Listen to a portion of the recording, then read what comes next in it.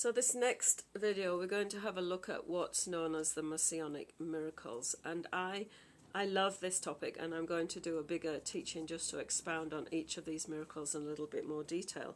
But prior to Jesus' birth, the ancient rabbis divided miracles into two categories. And if we have a look at Isaiah 35, chapters 4 and 6, here they list in the four that they are specifically classified as Messianic miracles.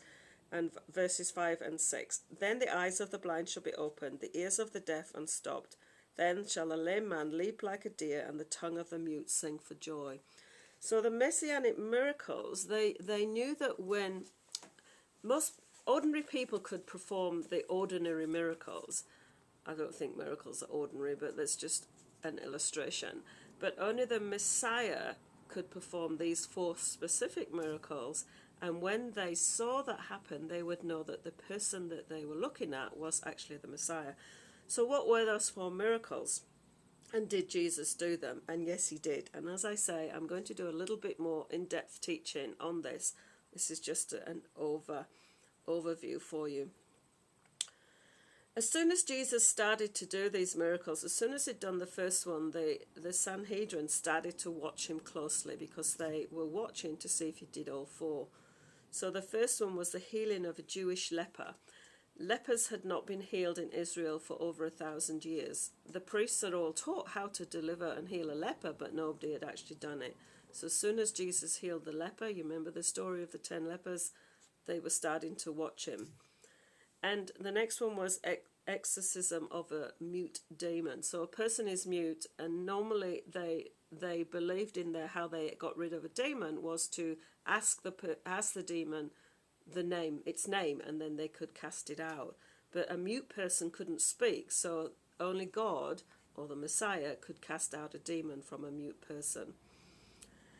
Healing of a man born blind. They believed that if a man was born blind, it was because of some curse on him or his parents, and the only person who could reverse that curse was God himself. Jesus healed a man born blind.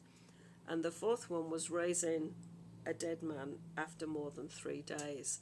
And that was done with Lazarus. And so there's a purpose why Jesus didn't go to Lazarus straight away. When his disciples told him that Lazarus was sick, he waited 3 more days before he went to see Lazarus.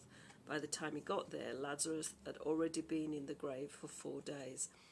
And the reason why they believed that it had to be the Messiah that raised the person from the dead was that they believed after 4 days the person's spirit had departed from the body, and it was only God that could bring that person back to life. So those were the 4 Messianic miracles, and Jesus did all 4. And so as he started to do them, the Sanhedrin started to watch his ministry. And when they crucified Jesus, they knew exactly who he was, because he had completed and done all of the Messianic miracles that they were waiting for. That's another message for another day. Bless you heaps.